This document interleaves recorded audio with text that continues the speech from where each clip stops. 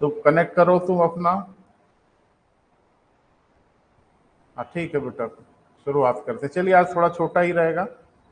तो भाई ऑनलाइन वाले सभी मित्रों से सारी, आज कुछ टेक्निकल इशू था बेटा, काफी परेशानी हुई लेकिन अभी ठीक हो गया। तो वीडियो अवेलेबल होगा, बाद में आप देखिएगा। तो हम शुरुआत करते हैं। कहाँ तक चर्चा हुई थी बेटा बताए, उसके आगे चला जाए। सौभाग्य है कि आज आगे क्लास नहीं है तो कोई दिक्कत नहीं है, हम लोग आगे बढ़ के पढ़ लेंगे। हम लोग बात कर रहे थे बेटा राष्ट्रपति के बारे में, है ना? तो कहाँ तक पहुंचे थे बेटा बताएं। आर्टिकल 58-59, हाँ अब लिखें आर्टिकल 60 अनुच्छेद 60, अनुच्छेद 60 बेटा 60। हाँ तो थोड़ा सा ये ध्यान रखिए, जैसे हमारे संविधान में जितने अर्हता एवं शर्तें, वही सब लिखना है बेटा, कोई मतलब नहीं है कि लोकसभा का सदस्य होने की योग्यता होनी चाहिए, उम्र 35 साल से अधिक होनी चाहिए, ये फलाना डमाका, यही सब चीजें हैं। तो मुझे नहीं लगता उसमें कुछ ऐसा है जो हम लोग पढ़ें। अगला हेडिंग बना लीजिए बेटा, अनुच्छेद 60, आर्टिकल 60। तो क्या है बेटा अनुच्छेद 60, वो थोड़ा सा समझना है। जैसे हमारे संविधान में जितने भी संवैधानिक पद हैं उनमें शपथ का प्रावधान है। भाई देखते हैं सारे लोग शपथ लेते हैं, ओथ लेते हैं, लेकिन सबकी शपथ का जो प्रावधान है वो हमारे संविधान के अनुच्छेदों में नहीं है, अनुसूची में है। लेकिन राष्ट्रपति की शपथ का प्रावधान अनुच्छेद में लिखा गया है। तो अनुच्छेद 60 में सिर्फ ये बताया गया है कि राष्ट्रपति क्या शपथ लेंगे। लिख लीजिए, राष्ट्रपति के शपथ का प्रावधान, राष्ट्रपति के क्या बेटा, शपथ का प्रावधान।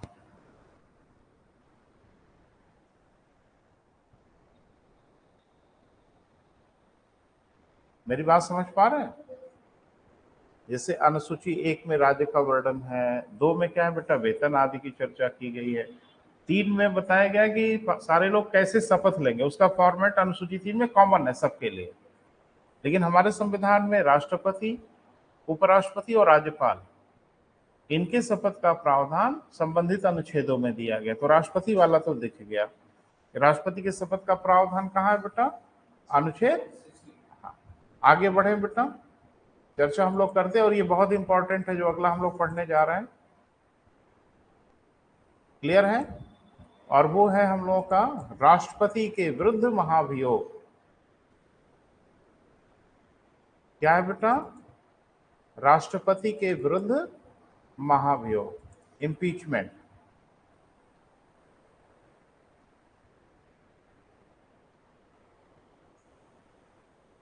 तो हमारे राष्ट्रपति के विरुद्ध महाभियोग लगाया जा सकता है? भाई पढ़ा है आपने, बोले बेटा। तो राष्ट्रपति के विरुद्ध महाभियोग का जो प्रावधान है वो हम लोगों ने अमेरिका के संविधान से लिया, वो तो शुरू में ही लिखा था। क्योंकि अमेरिका का राष्ट्रपति वास्तविक शक्तियों का प्रयोग करता है, क्योंकि भारत में जो राष्ट्रपति है वो वास्तविक कार्यपालिका नहीं है, वो संवैधानिक कार्यपालिका भले ही है, लेकिन वास्तविक कार्यपालिका प्रधानमंत्री के नेतृत्व वाली मंत्रिपरिषद में है। चूंकि अमेरिका के राष्ट्रपति से वहां की कांग्रेस से यानी संसद से कोई लेना देना नहीं है, न वहां के बैठकों में जाता है, न वहां संबोधित करता है, न उसका वहां से कोई रिश्ता है, न उसका कोई मंत्री वहां के सदन का सदस्य होता है। तो उनकी प्रणाली तो अलग है बेटा, वो प्रेसिडेंशियल फॉर्म ऑफ गवर्नमेंट है उनका। हम लोगों की प्रणाली में क्या परेशानी है कि हमारी प्रणाली में राष्ट्रपति एक नाम मात्र का अध्यक्ष है, लेकिन एक बात तो आपने पढ़ा है कि वो संसद का अभिन्न अंग है। पढ़ेंगे अभी आगे हम लोग चर्चा करेंगे कि राष्ट्रपति संसद का अभिन्न अंग है और इस कारण वो कुछ अधिकार रखता है। और मुझे लगता है सबसे बड़ा अधिकार उसका यही है कि वो किसी विधेयक पे हस्ताक्षर करेगा तभी विधि बनेगी। तो कल को तो एक टेक्निकल समस्या हो सकती है बेटा कि ठीक है, संविधान ये कह रहा है कि राष्ट्रपति को हस्ताक्षर करना होगा, ये करना होगा, वो करना होगा, लेकिन कुल मिला जुला के राष्ट्रपति तो एक मनुष्य ही है ना बेटा। वो कहते सबके बावजूद भी दस्तखत नहीं करूंगा। एक व्यक्ति के रूप में वो हठधर्मिता निभाने लगे, कहे कि ठीक है, लिखा है संविधान में, लिखा रहे, मैं नहीं करूंगा दस्तखत। और जब तक राष्ट्रपति हस्ताक्षर नहीं करेगा तब तक कोई विधेयक विधि नहीं हो सकता। इस देश में एक संवैधानिक संकट उठ खड़ा होगा ना बेटा। सेना का सुप्रीम कमांडर है राष्ट्रपति, युद्ध और शांति की घोषणा राष्ट्रपति करता है, भले राष्ट्रपति से कहा जाता है कि आप करो। भाई राष्ट्रपति निर्जीव नहीं ना है बेटा, रोबोट नहीं ना है, मनुष्य है ना, तो कभी उसको भी अच्छा बुरा लग सकता है। राष्ट्रपति को बताया जाएगा कि देखिए संविधान में ऐसा उल्लेख है कि प्रधानमंत्री मंत्रिपरिषद की सलाह के बाद आपको करना होगा। वो कह दे नहीं करूंगा, लिखा रहे संविधान में। मेरी बात समझ पा रहे बेटा, कल को एक समस्या तो हो ही सकती है ना। तो इसीलिए हमारे संविधान में प्रावधान बनाया गया कि यदि किसी भी स्थिति में, किसी भी ऐसी परिस्थिति में राष्ट्रपति यदि संविधान का उल्लंघन करे, तो संविधान का उल्लंघन कैसा? अरे यही कि जो आपको करने के लिए लिखा है संविधान में वो आप करने से मना करें, नहीं करेंगे तो समस्या तो पैदा हो जाएगी देश में ना बेटा। ठीक है, संविधान में लिखा है कि भाई संविधान संशोधन विधेयक पे राष्ट्रपति को हस्ताक्षर करना अनिवार्य है, मंत्रिपरिषद के परामर्श को मानना अनिवार्य है, सब लिखा है, मैं सहमत हूं। लेकिन फिर भी राष्ट्रपति कह दे कि मैं व्यक्तिगत रूप से नहीं मानूंगा, बात खत्म।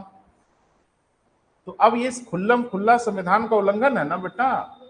कि संविधान में जो बात कही जा रही है आप उसको नहीं मान रहे हैं, तो संविधान का उल्लंघन तो हो गया, लेकिन कार्य तो बाधित हो गया ना भाई। बिना उसके हस्ताक्षर के, बिना उसके आदेश के कोई काम होगा नहीं।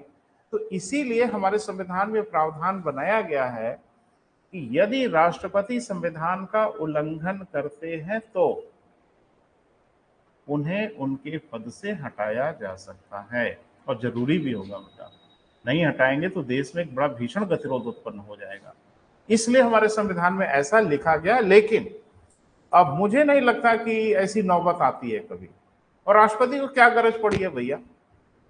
जनता ने आपको चुना है, आप सरकार चला रहे हो, अगले चुनाव में आपको जाना है, हम तो मोक्ष पा लिए हैं।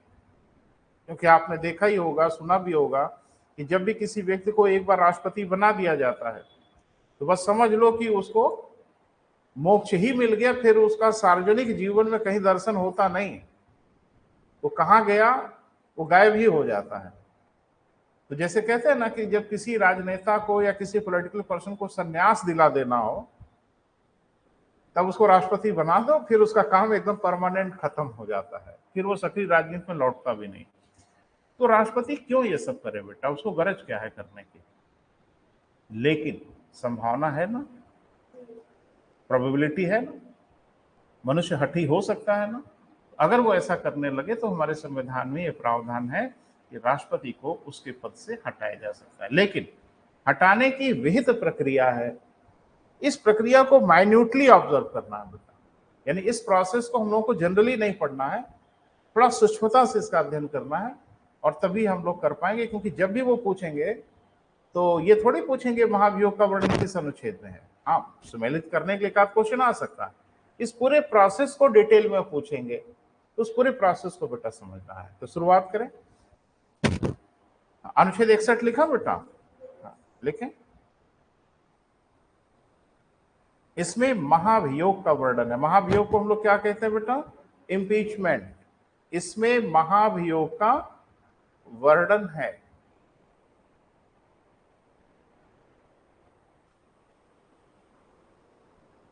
इम्पीचमेंट का वर्णन है। तो आज यही बेटा महाभियोग पढ़ के हम लोग कोशिश करेंगे कि समाप्त हो। इसमें किसका वर्णन है बेटा? महाभियोग का वर्णन है, इम्पीचमेंट का वर्णन है। अब किन स्थितियों में महाभियोग लगेगा, महाभियोग की प्रक्रिया क्या कहलाती? कल को खाली हम इतना आपसे पूछें कि राष्ट्रपति के महाभियोग की प्रक्रिया निम्न में से किस प्रकार की प्रक्रिया है? विकल्प आपको दें। विधायी प्रक्रिया है, अर्धविधायी प्रक्रिया है, न्यायिक प्रक्रिया है, अर्ध न्यायिक प्रक्रिया। तबाही तो हो जाएगी ना इतने में, इतने में तबाही हो जाएगी। तो क्या कहेंगे आप? राष्ट्रपति के विरुद्ध जो महाभियोग है वो एक प्रक्रिया होगी ना, प्रोसेस होगा ना, वो प्रोसेस कुछ तो कहलाएगा। विधायी प्रक्रिया कहलाएगी, अर्ध विधायी कहलाएगी, न्यायिक प्रक्रिया कहलाएगी, अर्ध न्यायिक प्रक्रिया कहलाएगी, या दो चार और काल्पनिक नाम जोड़ दें। जब कंफ्यूज हैं तो ऑलरेडी हम कंफ्यूज है ही हैं। ध्यान से सुनना, राष्ट्रपति के विरुद्ध महाभियोग अर्ध न्यायिक प्रक्रिया कहलाती है। यानी उस प्रक्रिया, जबकि कहाँ होती है प्रक्रिया, ये प्रक्रिया संसद में होती है, संसद में संपादित की जाती है, लेकिन इस प्रोसेस को हम लोग संसदीय प्रक्रिया ना कह के, अर्ध संसदीय प्रक्रिया ना कह के अर्ध न्यायिक प्रक्रिया कहते हैं, क्योंकि वो प्रक्रिया होती है संसद में, लेकिन प्रोसेस ऐसे बिहेव किया जाता है जैसे न्यायिक कार्य हो रहा हो। ठीक है बेटा, सब लोग बोलते हैं, सबकी बात सुनी जाती है, उसके बाद ये सब फैसला होता है। इसलिए इस प्रोसेस को हम लोग क्या कहते हैं बेटा, अर्ध न्यायिक प्रक्रिया। अर्ध न्यायिक को इंग्लिश में क्या कहते हैं, सेमी जुडिशियल प्रोसेस। लिखें, राष्ट्रपति के विरुद्ध महाभियोग, राष्ट्रपति के विरुद्ध महाभियोग एक अर्ध न्यायिक प्रक्रिया है। क्या है बेटा, अर्ध न्यायिक प्रक्रिया है।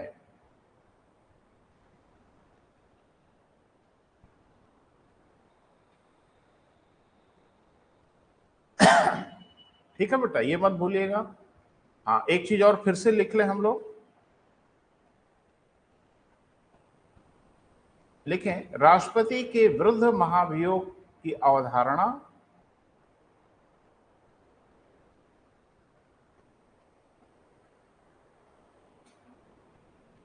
राष्ट्रपति के विरुद्ध महाभियोग की अवधारणा कहाँ के संविधान से बेटा, यूएसए के संविधान से लिया गया है। क्लियर है बेटा? अच्छा,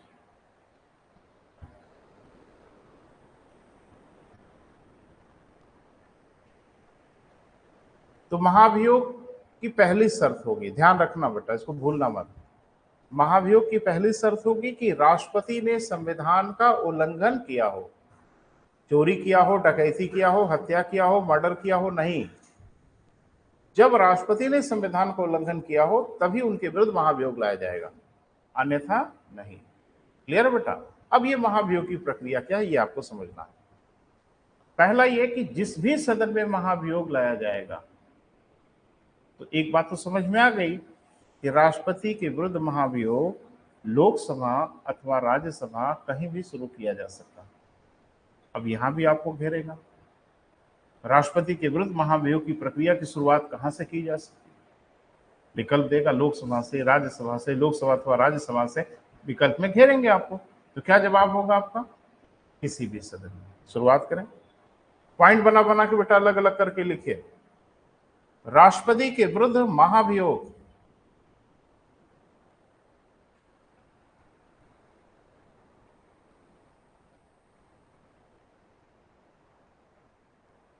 राष्ट्रपति के विरुद्ध महाभियोग किसी भी सदन में लाया जा सकता है। राष्ट्रपति के विरुद्ध महाभियोग क्या बेटा?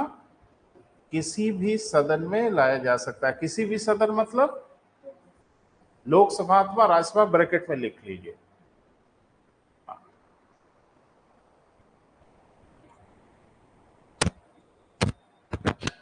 ठीक है, तो ये नहीं कि किसी भी सदन मतलब विधानसभा भी कह दीजिए या विधान परिषद भी कह दीजिए, नहीं, संसद के दोनों सदनों में किसी सदन में लाया जा सकता है। जबकि एक चीज नोटिस किया था आपने कि राष्ट्रपति के निर्वाचन के लिए राज्य की विधानसभाएं भी जिम्मेदार थी, लेकिन महाभियोग की प्रक्रिया में राज्य की विधानसभाओं का कोई भी अर्थ नहीं है या उनकी कोई भी भूमिका नहीं होती। यह भी पूछा आपसे,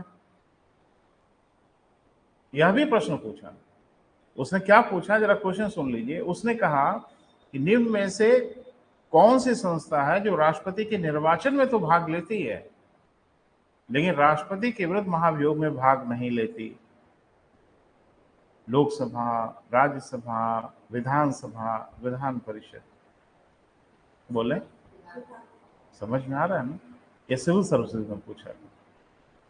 तो जो भी पूछते हैं बेटा वो थोड़ा स्ट्रेट फॉरवर्ड नहीं पूछते, थोड़ा सा घुमा फिरा के तो पूछते ही हैं कि अगर आप समझते हैं तो समझ में आई गया बेटा कि महाभियोग सिर्फ संसद में संपादित होता है, राज्य से महाभियोग से कोई लेना देना नहीं, जबकि निर्वाचन में संसद के साथ साथ राज्य के भी भूमि। एक नोट बना के लिख लो, क्लियर हो जाए।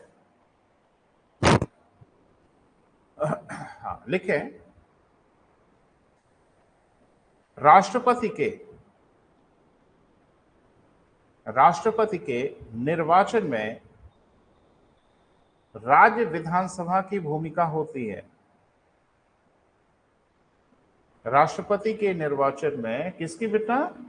राज्य विधानसभा की भूमिका होती है।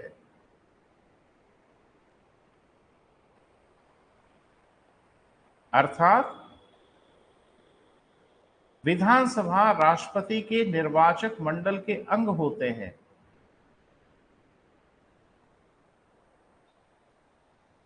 राष्ट्रपति के क्या बेटा? निर्वाचक मंडल के अंग होते हैं। परंतु महाभियोग में इनकी भूमिका नहीं होती। परंतु किसमें बेटा? महाभियोग में इनकी भूमिका नहीं होती।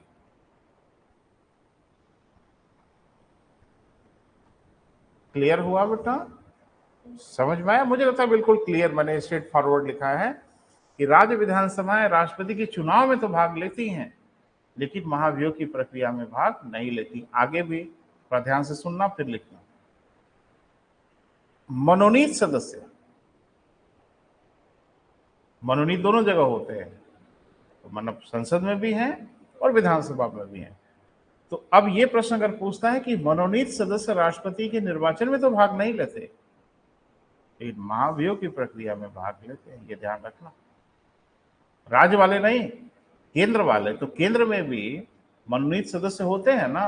और आपने पढ़ा है राष्ट्रपति के निर्वाचक मंडल में कि राष्ट्रपति के निर्वाचन में लोकसभा तथा राज्यसभा के निर्वाचित सदस्य भाग लेते हैं।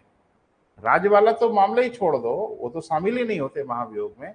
लेकिन ये ध्यान जरूर रखना कि राष्ट्रपति के विरुद्ध जब महाभियोग लगता है तो मनोनीत सदस्य भी भाग लेते हैं। तो थोड़ा एक पॉइंट और जोड़ लो। लिखें, राष्ट्रपति के निर्वाचन में, राष्ट्रपति के निर्वाचन में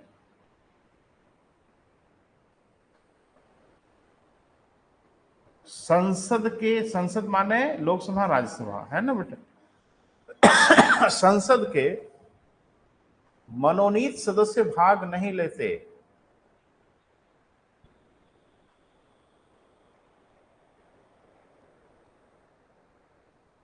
क्लियर है बेटा?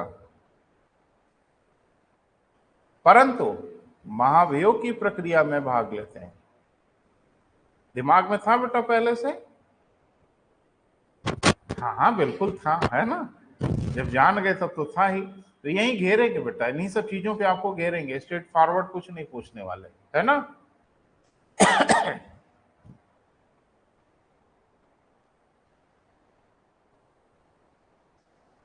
यहां तक क्लियर हुआ बेटा? आगे बढ़ते हैं। सॉरी, आगे देखो बेटा। तो अब तो क्लियर हो गया कि राष्ट्रपति के विरुद्ध महाभियोग लोकसभा अथवा राज्यसभा कहीं भी लाया जा सकता है ना। लेकिन अब आगे की क्या शर्त है? जिस भी सदन में महाभियोग लाया जाएगा, चाहे लोकसभा चाहे राज्यसभा, उस सदन के 1/4 सदस्यों का उस प्रस्ताव पे हस्ताक्षर होना चाहिए। ऐसा सिर्फ इसलिए किया गया बेटा कि राष्ट्रपति के विरुद्ध महाभियोग तमाशा ना बन जाए। एक सांसद सुबह सुबह नाराज हो गए राष्ट्रपति से और धमकाते हुए आ रहे सदन में कि बताता हूं आज अभी महाभियोग लाऊंगा। नहीं ला सकता कोई, एक आदमी तो नहीं ला सकता। शर्त यह है कि जिस भी सदन में महाभियोग लाया जाएगा, उस सदन के जितने सदस्य होंगे उसके 1/4, आए गए से नहीं मतलब है, टोटल सदस्यों का 1/4 सदस्यों का हस्ताक्षर होना चाहिए। लिखिए, एक एक कदम बेटा लिखते हैं, कहीं कोई गड़बड़ न होने पाए। जिस भी सदन में महाभियोग प्रस्ताव लाया जाएगा, उस सदन के 1/4 सदस्यों का, 1/4 सदस्यों का उस प्रस्ताव पे हस्ताक्षर होना चाहिए। 1/4 सदस्यों का उस प्रस्ताव पे क्या बेटा, हस्ताक्षर होना चाहिए। क्लियर हुआ? साइन होना ही चाहिए।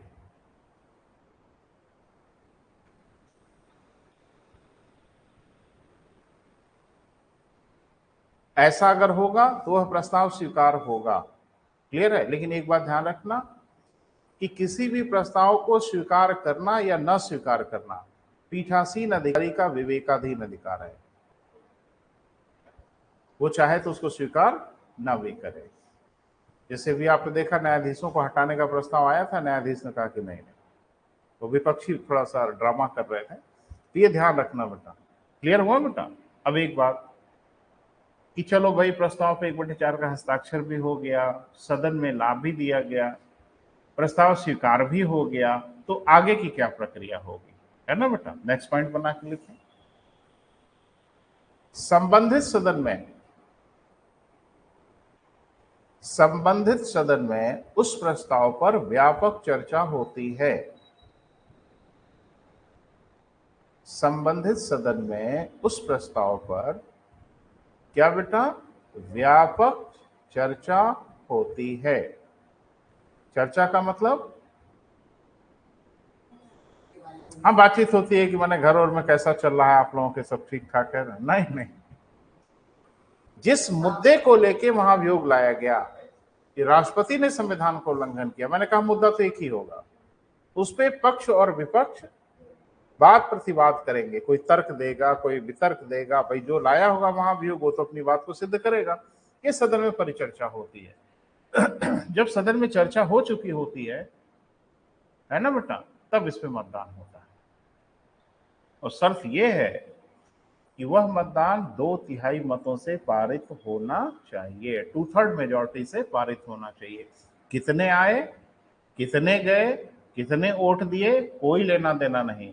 टोटल का 2/3 यानी 545 गुणे 2/3, यदि लोकसभा हो तो, और राज्यसभा हो तो 245 गुणे 2/3 वोट दिखाइए।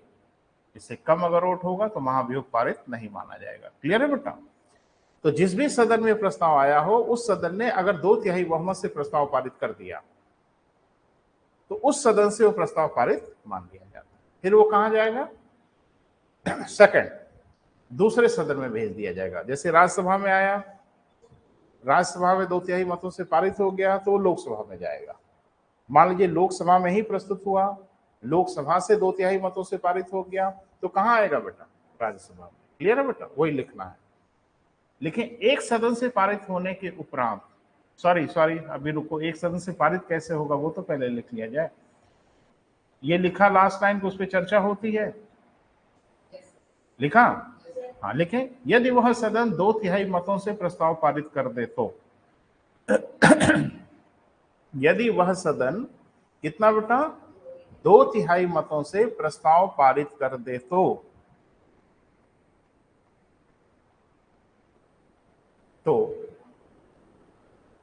यह प्रस्ताव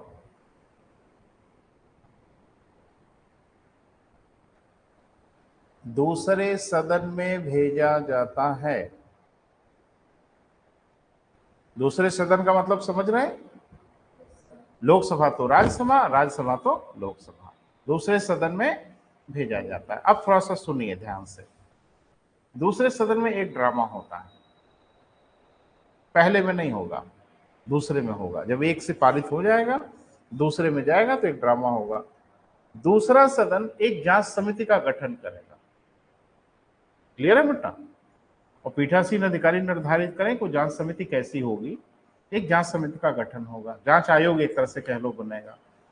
उस जांच समिति के समक्ष राष्ट्रपति खुद, स्वयं या अपने किसी प्रतिनिधि को भेज सकते हैं कि भाई जाओ और मेरे ऊपर जो अभियोग लगा है, जो चार्जेस लगे हैं, उसका स्पष्टीकरण दीजिए कि मैं निर्दोष हूं या जो भी हो।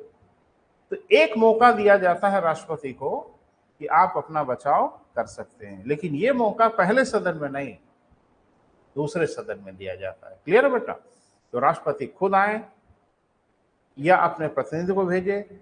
यही प्रक्रिया अमेरिका में भी है, इसीलिए अमेरिका का राष्ट्रपति एक दिन सदन में जाता है जब उसके विरुद्ध महाभियोग लगता है। वो सदन में इसलिए नहीं जाता, सदन में सिर्फ गिड़गिड़ाने जाता है कि मेरी जान बख्श दीजिए, हम कोई गलती नहीं किए हैं। ऐसे ही भारत के राष्ट्रपति के पास भी अधिकार है कि वो दूसरे सदन में जाके अपनी बात कह सकता है। अपने शर्म आ रही है तो अपने किसी एडवोकेट या किसी प्रतिनिधि को सदन में भेज सकता है कि तर्कपूर्ण ढंग से मेरा बचाव करिए, दूसरा सदन उसको सुनेगा। क्लियर है बेटा? सुनने के बाद दूसरे सदन में फिर चर्चा होगी। बोल नहीं रहे? दूसरा सदन भी अगर 2/3 मतों से प्रस्ताव पारित कर दिया तो उसी क्षण, उसी पल, उसी वक्त राष्ट्रपति का पद खाली हो जाएगा। आगे की कोई फॉर्मेलिटी नहीं। सामान्य रूप से आपने देखा है कि हमारी संसदीय प्रक्रिया में जो भी प्रोसेस संसद से गुजरता है वो फिर लास्ट में राष्ट्रपति के पास भी जाता है कि आप अनुमति दीजिए। लेकिन ध्यान रखिए, महाभियोग में राष्ट्रपति के पास क्यों जाएगा? और राष्ट्रपति के पास जाएगा कि साहब आपको हटाने वाला प्रस्ताव पारित हो गया, दस्तखत करोगे? वो करेगा? तो इसीलिए राष्ट्रपति को उस एरिना से बाहर रख दिया गया। लिख लो बेटा, दूसरे सदन में भेजा जाएगा। हो गया बेटा? लिखें, दूसरा सदन एक एक कदम आगे बढ़ रहे हैं बेटा, कहीं हम बाईपास नहीं कर रहे हैं, तो कहीं दिक्कत होगी तो पूछ लीजिएगा। दूसरा सदन एक जांच समिति का गठन करेगा, ये बहुत जरूरी है बेटा, याद रखना।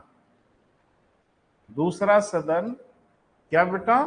एक जांच समिति का गठन करेगा जिसके समक्ष राष्ट्रपति स्वयं, जिसके समक्ष राष्ट्रपति स्वयं यानी खुद अथवा अपने प्रतिनिधि के माध्यम से, अथवा अपने प्रतिनिधि के माध्यम से अपना बचाव कर सकते हैं, अपना प्रोटेक्शन कर सकते हैं।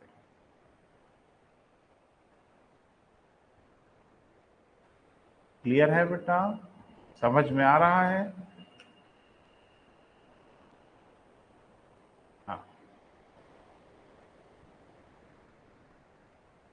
दूसरे सदन में, उसी में आगे बेटा, दूसरे सदन में जांच के उपरांत पुनः व्यापक चर्चा होती है। दूसरे सदन में जांच के उपरांत क्या बेटा? पुनः व्यापक चर्चा होती है। क्लियर है? यदि दूसरा सदन भी 2/3 मतों से, यदि दूसरा सदन भी कितना बेटा? 2/3 मतों से प्रस्ताव पारित कर दे तो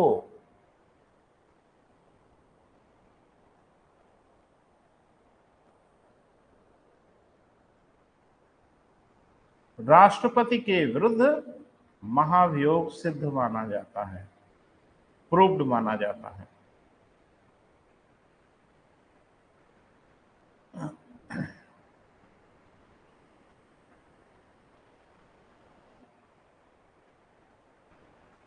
ठीक है बेटा? कंफर्म हो गया? कोई डाउट? राष्ट्रपति के विरुद्ध महाभियोग क्या बेटा? सिद्ध माना जाता है। उसी क्षण राष्ट्रपति का पद खाली हो जाता है, रिक्त हो जाता है। उसी क्षण राष्ट्रपति का पद क्या हो जाएगा बेटा? खाली हो जाएगा।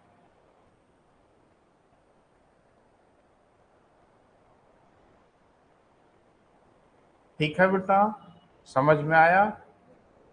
अच्छी न्यूज ये है कि अब तक भारत के किसी राष्ट्रपति के विरुद्ध कोई महाभियोग लाया ही नहीं गया, पारित होना तो बहुत दूर की बात है।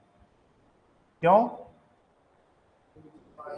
मरे हुए आदमी को मारने की कौन सी आवश्यकता है? जो ऑलरेडी मरे हुए हैं, नहीं नहीं, अन्यथा न लें। मरे हुए का अभिप्राय यह है कि हमारा राष्ट्रपति मैंने एक शुरू में ही बोला था कि सरोजिनी नायडू ने बहुत अच्छा कमेंट किया था इनके बारे में। तरह तरह के लोगों ने तरह तरह के कमेंट किए हैं। तो सरोजिनी नायडू ने कहा था कि राष्ट्रपति सोने के पिंजड़े में रहने वाली चिड़िया, ये उनका स्टेटमेंट है। ध्यान रखें, परीक्षा में अगर आ गया ना भैया तो आ भी सकता है। किसने कहा? सरोजिनी नायडू ने कहा। माने वो एक तरह से प्रतिबंधित होता है। अभी एक घटना हो रही थी बेटा, मुझे बड़ी वेदना। हम लोग बड़े छोटे लोग हैं ना बेटा, कुछ कर नहीं सकते।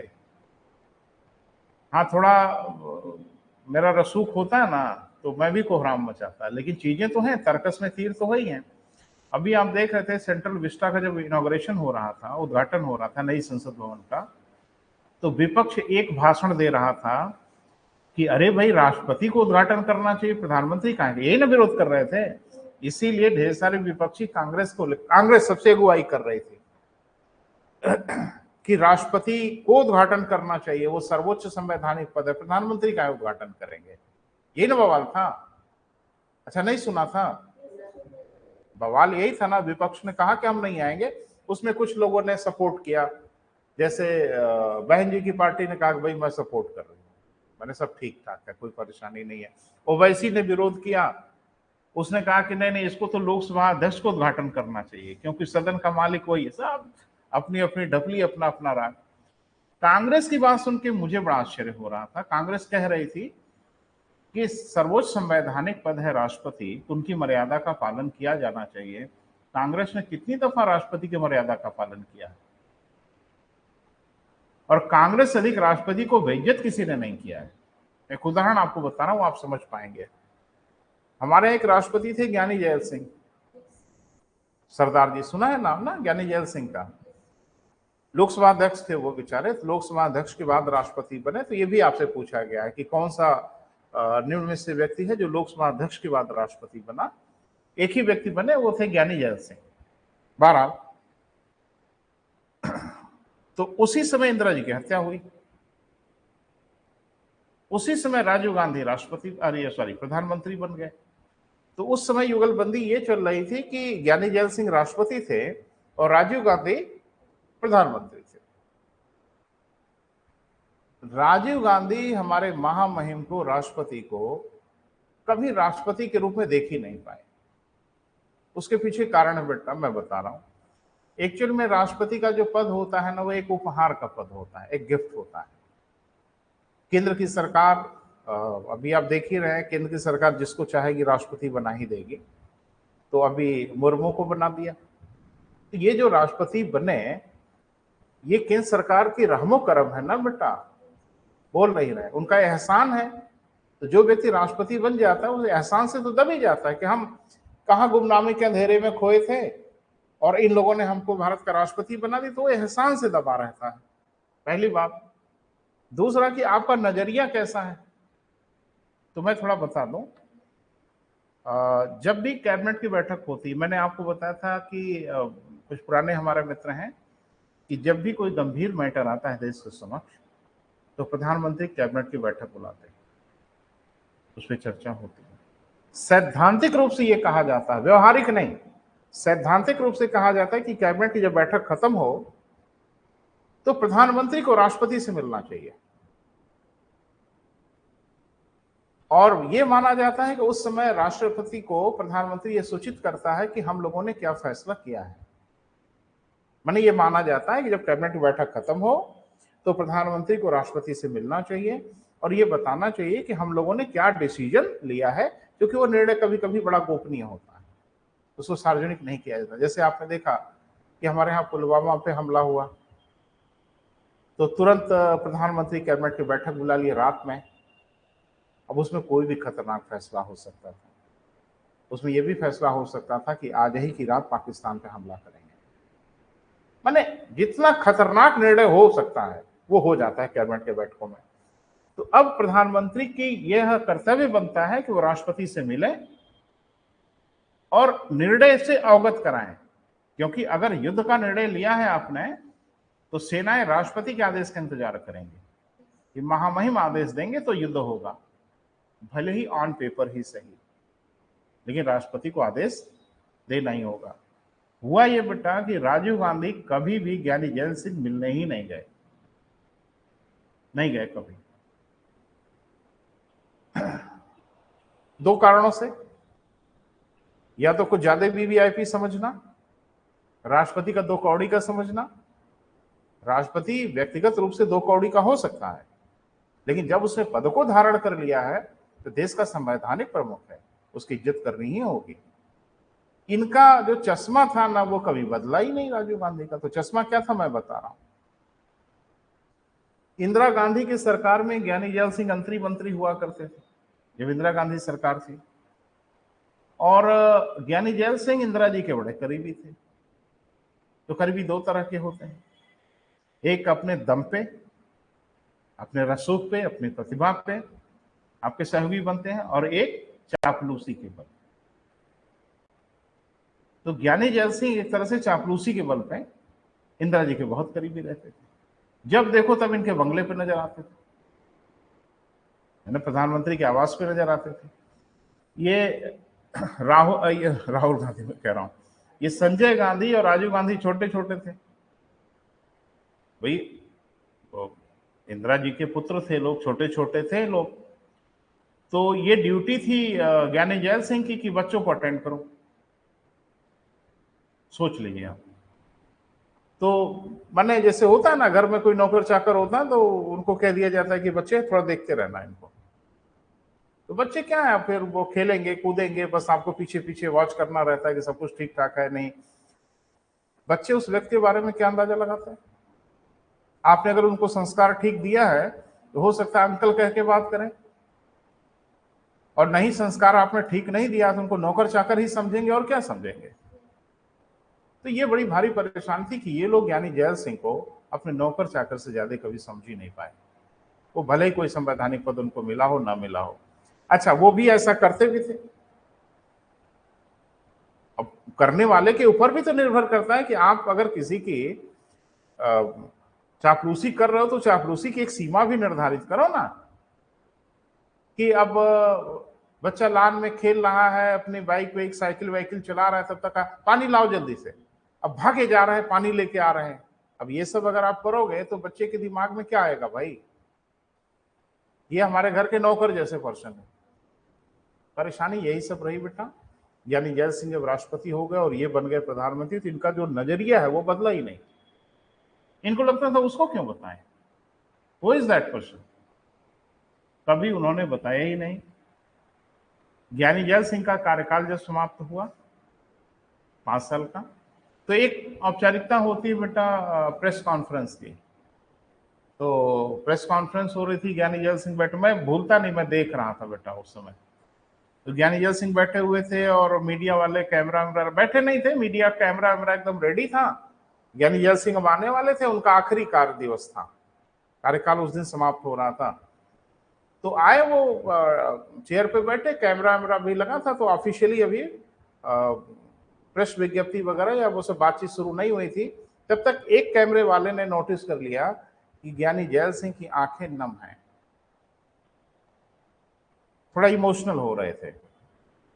तो अब किसी चैनल वाले का सब यही सब तो करते रहते हैं बदमाश, कि सही वक्त पे कैमरा पे कैप्चर करते हैं। जैसे राहुल गांधी को कैप्चर कर लिया सदन में, अरे वो नालायक आदमी सदन में अंडबंड कुछ कार्य कर रहा था, कैमरे से ट्रैप कर लिया। तो सदन में कैमरा वैमरा तो ढूंढते रहते हैं, मसाला कहाँ है, फिर उसको कैप्चर करते हैं। 12 तो ये सब हुआ भैया, मीडिया वाले उनको कैप्चर कर लिए, थोड़ा सा आंखें नम थी, तो कमेंट्री चालू हो गई। अच्छा, ये सब नालायक बिना जाने वाने कमेंट्री शुरू कर देते हैं। तो ये कि आज इनके कार्यकाल का आखिरी दिन है, तो राष्ट्रपति महोदय बड़ा व्यथित हैं, इमोशनल हैं, ये सब हुआ। फिर प्रेस विज्ञप्ति शुरू हो गई, बातचीत शुरू हो गई। तो एक मीडिया कर्मी ने पूछ लिया कि सर अभी प्रेस कॉन्फ्रेंस शुरू होने के पहले आपकी आंखें थोड़ी नम थी। तो कहा आंखें नम थी। तो मीडिया वाले को लगा इसलिए नम है कि आज राष्ट्रपति का कार्यकाल समाप्त हो रहा है। तो कहा नहीं, ये खुशी के आंसू, आज मैं बहुत खुश हूं, क्योंकि आज मैं पिंजड़े के बाहर निकल जाऊंगा। सोच लो, उनको इस बात का मलाल नहीं था कि आज मेरे राष्ट्रपति का रूप में कार्यकाल समाप्त हो रहा, बल्कि इस बात की खुशी थी कि आज के बाद हम आदमी बन के जिएंगे, मनुष्य बन के जिएंगे।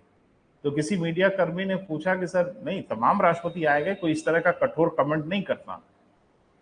हाँ, समझने वाले समझते हैं, क्या करना है भाई, हाई एपीजे टीवी देखिए, आलिशान घर मिला है, फर्स्ट क्लास, सब एसी ओसी लगा है, रिश्तेदारों को बुलाइए, घुमाइए घुमाइए। अब काहे बवाल मोल ले रहे हैं आप, चैन से रहिए। कुछ लोगों को ये सब जिंदगी ठीक लगती है, कुछ लोगों को नहीं ठीक लगती। मरे हुए इंसान की तरह से खाना पीना खाएं और बैठ के खाली दिन भर टीवी देखें और यही सब करें। अब जैसे हमारे हैं ना राज्यपाल फागू चौहान जी, ना, इसमें उधर नॉर्थ में है राज्यपाल, ये क्या करते हैं, यहां से टीम बुलाते रहते हैं, जो पुराने दोस्त यार मित्र हैं ना, बुलाते हैं, अब तुम लोग आ जाओ। तो 4-6 लोगों की टीम जाती, दिन भर बतियाते, और फिर भाई राजभवन है तो वेलकम तो एकदम डैशिंग ही होगा, वो चाहे जो भी हो, खाना पीना रहना एकदम 7 स्टार लेवल का होता है। घूमने उमने के लिए राजभवन की गाड़ी, और फिर तो प्रोटोकॉल का भी पालन होगा, चाहे उसमें गवर्नर हो ना हो, उस गाड़ी में आप ही बैठ के घूमने निकल गए तो फिर प्रोटोकॉल का पालन तो होगा, पुलिस और फलाना ढिमाका। तो वो तो सही उपयोग कर रहे हैं कि अपने इधर से लोगों को बुला, अच्छा इधर के लोग भी खुश हो जाते हैं, अरे भाई गया क्या गवर्नर के पास, का कुछ पैसा खर्चा हुआ नहीं। अब इधर से 4-6 मित्र गए तो उनका थोड़ा मनोरंजन भी हो गया, इधर की राजनीति का हालचाल भी पता चल गया, और लगे हाथ एहसान भी लाद दिया। अरे भाई बड़ा वार्म वेलकम हुआ और एकदम वीवीआईपी ट्रीटमेंट हुआ, हम लोग इसी में खुश हो जाते हैं ना। बहरहाल तो ये सब करो, कुछ लोगों को ये सब पसंद भी है, लेकिन सबको नहीं ना पसंद है बेटा, थोड़ा सा एक्टिविटी। तो हुआ क्या कि ज्ञानेजल सिंह ने मीडिया वालों से ये कहा कि सुनिए, अब राष्ट्रपति के रूप में जब मैं देश का राष्ट्रपति था, इस देश में क्या हो रहा है, सरकारें क्या निर्णय ले रही हैं, ये मुझे सिर्फ पता चलता था अखबार पढ़ के।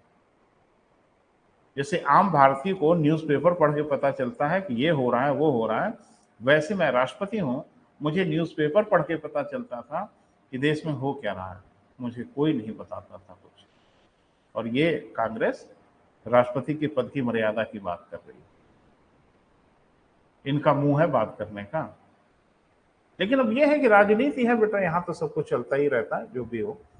एक बात हमेशा ध्यान रखना कि जैसे राष्ट्रपति के विरुद्ध महाभियोग पारित हुआ दूसरे सदन से, उसी क्षण उसी पल राष्ट्रपति का पद खाली हो जाता, आगे कोई प्रक्रिया शेष नहीं होती। अब इसमें गड़बड़ी क्या होती वो थोड़ा सुन लो। ढेर सारे लोग राष्ट्रपति के महाभियोग की तुलना सर्वोच्च न्यायालय के न्यायाधीशों को हटाने से कर लेते हैं। वो तो आगे हम लोग पढ़ेंगे बेटा, हम विस्तार से बात करेंगे, लेकिन अभी एक अंतर महसूस कर लीजिए।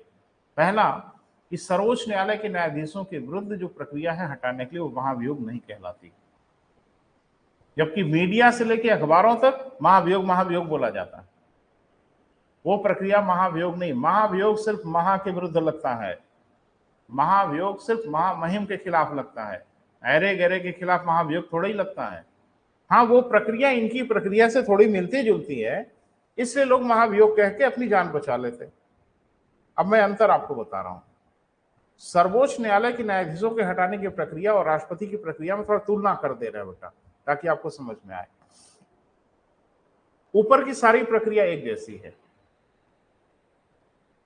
लेकिन डिफरेंस यह है कि जहां राष्ट्रपति को संविधान को उल्लंघन की दिशा में हटाया जाता है, वहां पद के दुरुपयोग, अक्षमता या कदाचार के आधार पर न्यायाधीशों को हटाया जाता है, संविधान को उल्लंघन की दिशा में नहीं हटाया। पहला डिफरेंस बोल नहीं रहे हैं, राष्ट्रपति को संविधान को उल्लंघन की दशा में, इनको अक्षमता तथा कदाचार माने मॉल प्रैक्टिस माने आप अपने सिस्टम का दुरुपयोग कर रहे हैं, कब हटाया जाता है। एक तो पहला डिफरेंस, अंतर है ना बेटा।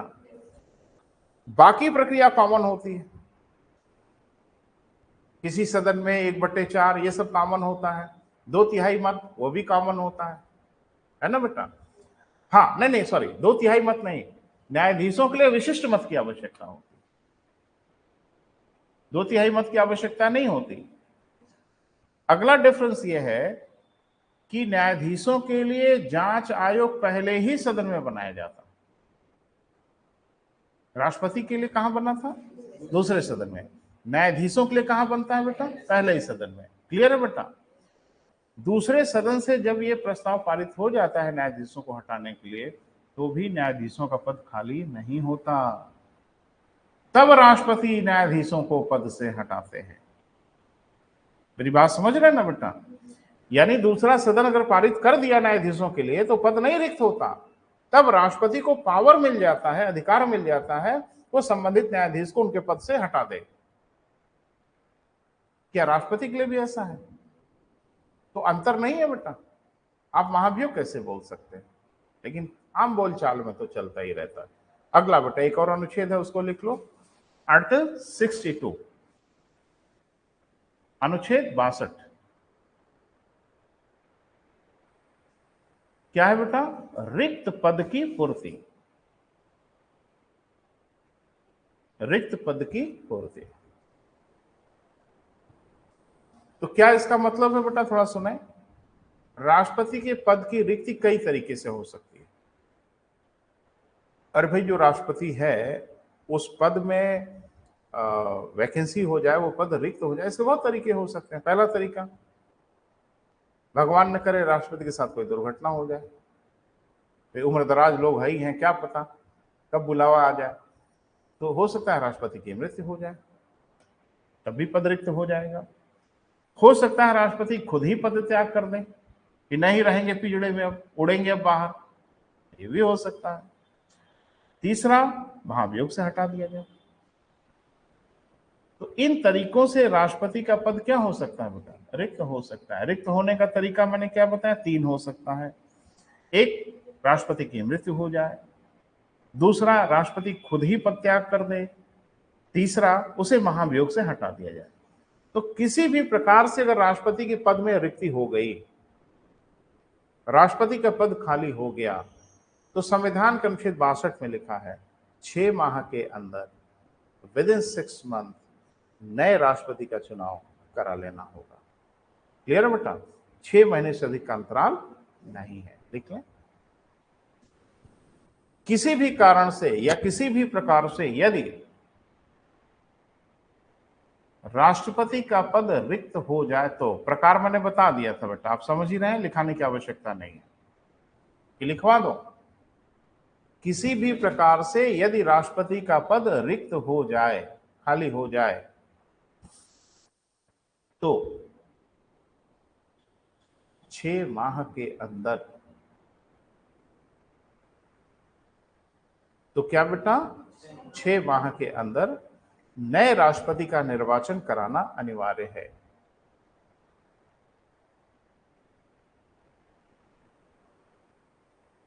नए राष्ट्रपति का निर्वाचन कराना जरूरी है, अनिवार्य है।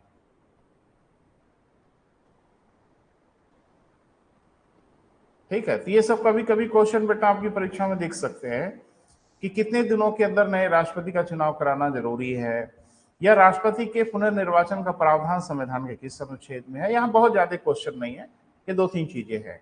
क्लियर है बेटा? तो राष्ट्रपति के बारे में कुछ मोटी मोटी बातें आपको आइडिया लगी। यानी अनुच्छेद 52 से लेके अनुच्छेद 62 तक बड़े करीने से मैंने सब अनुच्छेद की चर्चा की है, बोल नहीं रहे बेटा। 52 की चर्चा की है, 53 की, 54 की, 55 की, 56, 57, 58, 59, 60, 61, 62, मैंने हर अनुच्छेद की चर्चा की है। तो आपके भी दिमाग में जैसे कभी खाली बैठे ना बेटा पढ़ पढ़ के, तो कॉपी बंद करिए, थोड़ा सोचिए कि 52 में क्या है, 53 में, 54 में, 55 में, और सब अगर याद आ जाए तो समझ लो मिशन कामयाब है। ठीक है बेटा? तो 52 से 62 तक बेटा आपको भी याद रहे। जैसे हम आपसे पलट के पूछें कि 61 में क्या है, तुरंत आप बोल दिए महाभियोग है। अब प्रक्रिया क्या है वो बात की बात है। राष्ट्रपति के शपथ का वर्णन कहाँ है, 60 बोलिए। राष्ट्रपति के निर्वाचक मंडल की बात कहाँ की गई है, 54 बोलिए। निर्वाचन की रीति क्या है, बोले 55 बोलिए। ठीक है? पुनर्निर्वाचन की बात कहाँ की गई है, पदावधि की बात कहाँ की गई है। तो एक एक अनुच्छेद बेटा याद रहना चाहिए।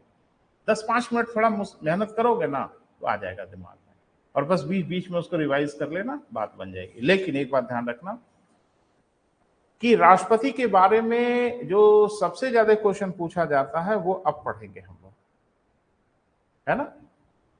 और वो है कि राष्ट्रपति की शक्तियां, पावर ऑफ प्रेसिडेंट। तो राष्ट्रपति की क्या क्या शक्तियां हैं बेटा, यही बहुत बड़ी शक्ति है।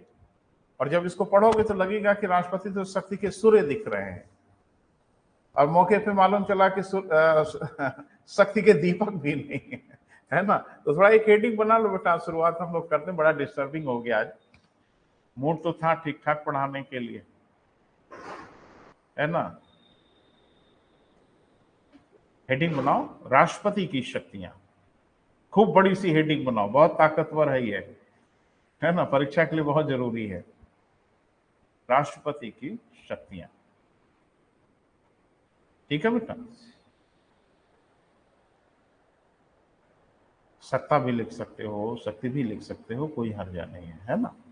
तो लिखेंगे नहीं बेटा, आज सुनेंगे खाली।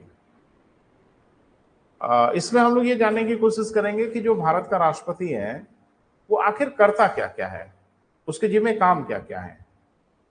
तो बड़ी मजेदार बात है बेटा कि राष्ट्रपति एक ऐसा पद बना दिया गया हमारे देश में जो किसी राजा जैसा पद है। जैसे मैंने आपसे कहा था ना कि कार्यपालिका, न्यायपालिका और विधायिका अलग अलग होनी चाहिए। राष्ट्रपति एक ऐसा पद है जहां तीनों का संगम होता है। वो कार्यपालिका का मुखिया है, बोल नहीं रहे, नहीं है। वो न्यायपालिका का मुखिया है, नहीं है। सर्वोच्च न्यायालय के किसी भी निर्णय को पल भर में निरस्त कर सकता है, एक सेकंड में खत्म कर सकता है। मृत्यु दंड को भी क्षमा कर सकता है, नहीं कर सकता। वो विधायिका का अंग है, नहीं है। तो कार्यपालिका भी है, वह न्यायपालिका भी है, वो विधायिका भी है, तीनों है। कौन बेटा? राष्ट्रपति, नहीं है। अरे कार्यपालिका का मुखिया आपने पढ़ा है अनुच्छेद 53 में। अभी आगे पढ़ोगे, अभी तो आया ही नहीं, आगे आएगा आर्टिकल 7(9). संसद का अभिन्न अंग है राष्ट्रपति, उसके बिना संसद अधूरी है। आपने पढ़ा है कि संसद के 3 अंग होते हैं, लोकसभा, राज्यसभा, राष्ट्रपति। राष्ट्रपति संसद का अभिन्न अंग है, इसलिए विधायी कार्य भी करता होगा। और बार बार हम आपको बता रहे हैं शुरू से, अभी तो पढ़ेंगे डिटेल में, कि बिना राष्ट्रपति की अनुमति के कोई विधि नहीं बन सकती। विधेयक जिंदा हो ही नहीं सकता, विधि बन ही नहीं सकता तब तक जब तक कि राष्ट्रपति अनुमति ना दे दें। अभी पीसीएस में पूछा ना अनुच्छेद 108, नहीं 108 नहीं पूछा। उसने कहा कि संविधान के अनुच्छेद 109 में राष्ट्रपति संयुक्त बैठक बुला सकते हैं। पीसीएस में दिखा, उसमें हिंदी इंग्लिश में थोड़ा कंट्रोवर्सी भी हो गई। इंग्लिश वाले में अनुच्छेद 109 लिखा था और हिंदी वाले में अनुच्छेद का नाम ही नहीं था। तो अनुच्छेद 109 नहीं है, 108 है। तो खैर वो गलत तो हो ही गया क्वेश्चन, लेकिन विवादित भी हो गया क्योंकि मिसप्रिंटिंग हुई है। इंग्लिश और हिंदी के प्रिंटिंग में गड़बड़ हो गई। इंग्लिश में अनुच्छेद 109 लिखा, हिंदी में अनुच्छेद का नामो निशान नहीं था। तो हम क्या बता रहे हैं बेटा, ध्यान से सुनना। राष्ट्रपति सर्वशक्तिमान दिख रहा है, और रही सही कसर तो तब पूरी हो जाती है ना कि तीनों ही सेनाओं का सुप्रीम कमांडर होता है राष्ट्रपति, सर्वोच्च सेनापति होता है। वर्दी भले न पहने, लेकिन तीनों सेनाओं का सुप्रीम कमांडर होता है। सारे कमांडर उसको सैल्यूट करते हैं, और इसीलिए तीनों सेनाओं के सेनाध्यक्षों की नियुक्ति करता है। आजकल एक नया पद आपके यहाँ बना है, CDS, chief of defence staff, उसकी भी नियुक्ति राष्ट्रपति ही करता है। तो अगर ये सब देखो बेटा तो लग रहा है कि कितना भयानक पद है भाई। और तो और प्रधानमंत्री की नियुक्ति करता है, जैसे चपरासी उपरासी है प्रधानमंत्री नियुक्त कर रहे हैं, प्रधानमंत्री की नियुक्ति राष्ट्रपति करता है। यही तो इंटरव्यू में पूछा एक बच्ची से भी जो टॉपर थी कि मुख्यमंत्री की नियुक्ति कौन करता है। बड़ा अफसोस हुआ बेटा, वो बच्ची बता नहीं पाई, इधर उधर उलझाने लगी। अभी वायरल हो रहा है, बड़ा तो चल रहा है सोशल मीडिया पे। तो इंटरव्यूअर ने यही पूछा कि नहीं, वो इंटरव्यू नहीं, मॉक इंटरव्यू कहीं हो रहा था, बच्चे देते हैं ना मॉक इंटरव्यू। तो मॉक इंटरव्यू में किसी ने पूछा कि मुख्यमंत्री की नियुक्ति कौन करता है, तो थोड़ा अपने ज्ञान का बेजा इस्तेमाल करने लगी, को अप्रत्यक्ष रूप से। ये सब बोलने की क्या जरूरत है? अरे मुख्यमंत्री की नियुक्ति गवर्नर करता है, बात खत्म करो। उसमें दुनिया भर की कहानी बताने की क्या जरूरत है? बहरहाल तो एक चीज बताओ बेटा, वह पदाधिकारी जो इस देश में प्रधानमंत्री की नियुक्ति करता हो, वह पदाधिकारी जो सुप्रीम कोर्ट के न्यायाधीशों की नियुक्ति करता हो, वह पदाधिकारी जो सेनाओं के सेनाध्यक्षों की नियुक्ति करता हो, वह पदाधिकारी जो विधायिका है, वह जो स्वयं कार्यपालिका है, वह जो स्वयं न्यायपालिका है, सर्वोच्च न्यायालय से बड़ा है राष्ट्रपति। कागज में तो बड़ा है ही है, एक पल में किसी दंड को खत्म कर सकता है ना बेटा। तो अब लग तो रहा है यार बड़ा ताकत है इसके पास, व्यवहार में तो एकदम से कहीं नजर ही नहीं आते। तो थोड़ा सा बेटा सैद्धांतिक पक्ष देखेंगे और बीच बीच में जो व्यवहारिक है उसकी चर्चा करेंगे। तो थोड़ा सा लिख लें, एक लाइन शुरुआत कर दिया जाए। राष्ट्रपति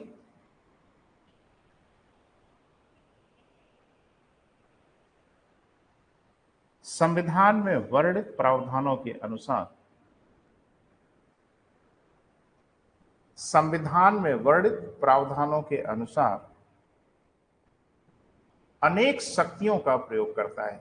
फिर से हम रिपीट कर रहे हैं बेटा, यही ज्यादा इंपॉर्टेंट है परीक्षा के लिए। अनेक शक्तियों का प्रयोग करता है, क्लियर है बेटा? जबरदस्ती नहीं करता है ना, संविधान में लिखा है तो करता है। बोल नहीं रहे बेटा, नहीं लिखा होता तो क्यों करता? भाई संविधान में वर्णित होगा तभी ना करता होगा। तो संविधान में कहां कहां वर्णित है बेटा, ये तो आपसे बात करनी ही होगी। लेकिन इसकी शक्ति के दो सबसे बड़े स्रोत दिखते हैं, बाकी तो अलग अलग अनुच्छेदों में लिखा ही गया है। पहला तो स्रोत यही दिख रहा है, अनुच्छेद 53 दिख रहा है, जहां यह कहा गया है कि वो कार्यपालिका का मुखिया होगा, सभी कार्यपालक कार्य राष्ट्रपति की ओर से किए जाएंगे। तो इसमें तो दिख ही रहा है ताकत है। फिर एक अनुच्छेद दिखता है आर्टिकल 79, आगे हम लोग पढ़ेंगे, अभी आया नहीं है, पहले ये पढ़ लेंगे फिर हम लोग पढ़ेंगे। 79 में लिखा हुआ है कि भारत की एक संसद होगी जो राष्ट्रपति, लोकसभा और राज्यसभा से मिलकर बनेगी। इसका मतलब है कि राष्ट्रपति संसद के अंग होने के कारण कुछ विधायी अधिकारों का भी प्रयोग करेगा। तो कार्यपालक और विधायी अधिकार का स्रोत तो पकड़ में आ गया। कार्यपालक शब्द का स्रोत अनुच्छेद 53 है और विधायी कार्यों को इसकी शक्ति का स्रोत आर्टिकल 79 है, क्योंकि इसी ने राष्ट्रपति को शक्तियां दी हैं।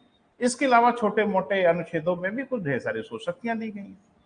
बोल नहीं रहे बेटा, तो उनको हम लोग कैटेगराइज करेंगे, उनको हम लोग कैटेगरी में बांटेंगे और फिर एक एक कैटेगरी की चर्चा करेंगे। लेकिन पहले ये दोनों जरूर लिख लें।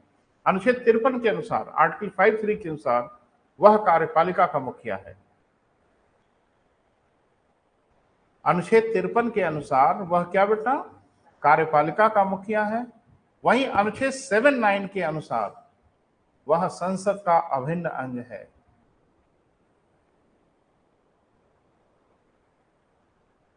वह अभिन्न अंग है, इसी कारण वह अनेक अधिकारों का प्रयोग करता है।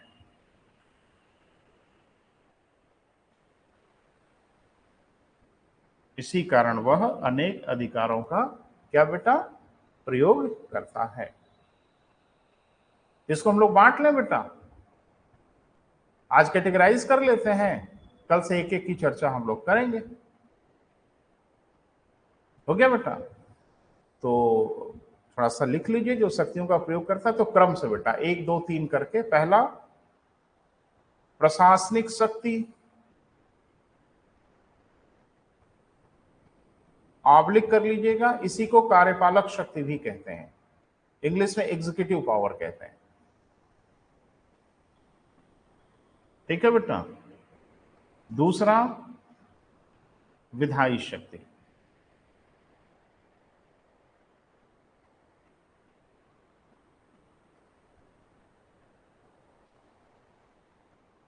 हो गया बेटा? तीसरा सैनिक शक्ति, मिलिट्री पावर।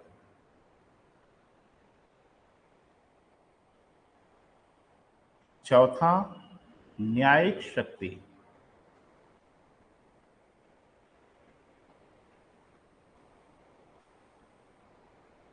ठीक है बेटा?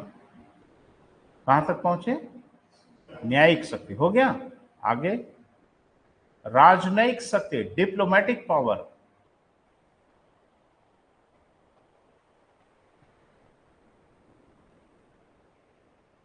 अगला आपातकालीन शक्ति, इमरजेंसी पावर।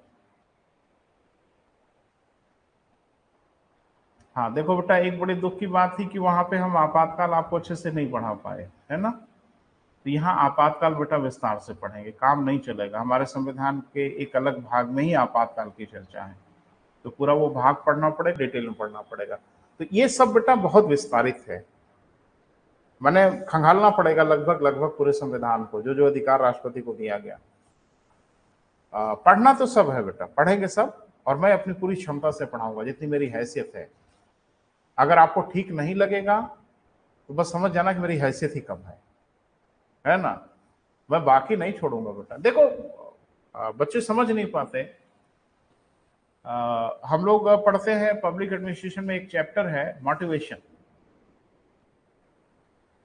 तो उसमें एक थे विद्वान थे डगलस मैकग्रेगर और एक थे हर्जबर्ग।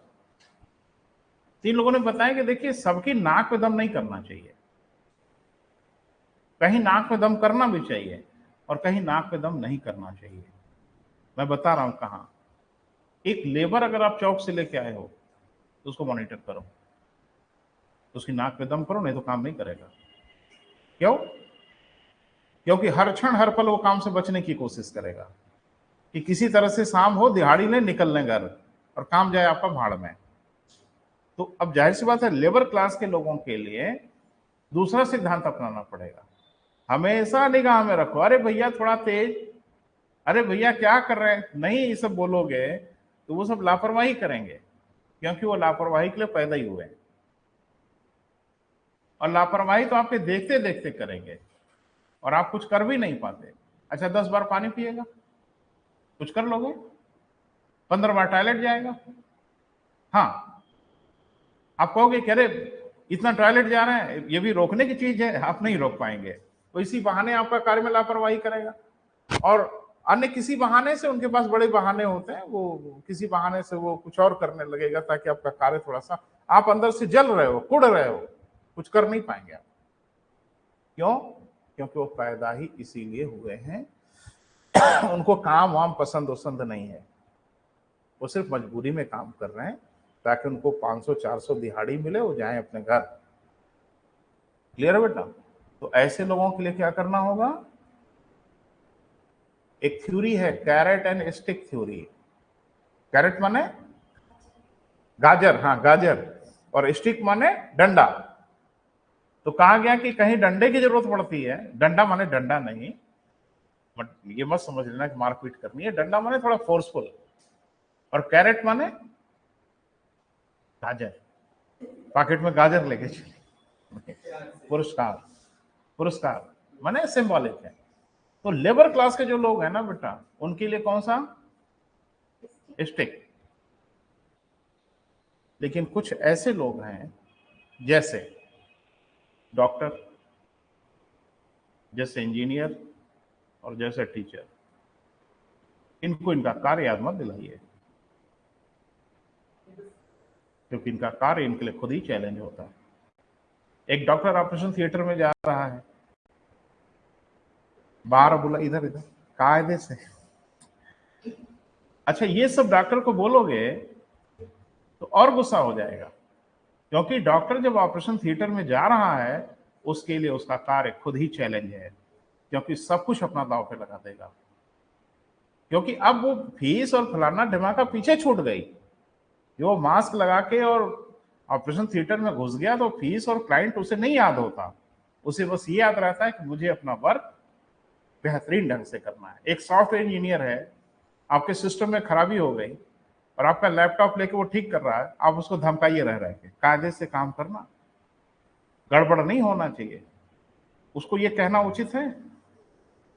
उसके लिए वो कार्य खुद ही चैलेंज है, क्योंकि उसकी भी नाक कटने वाली है। अगर ठीक नहीं हुआ तो आप उसकी प्रतिभा पे प्रश्न चिन्ह लगाएंगे, यार किस तरह के आदमी हो आप, तो कोई बाकी लगाएगा।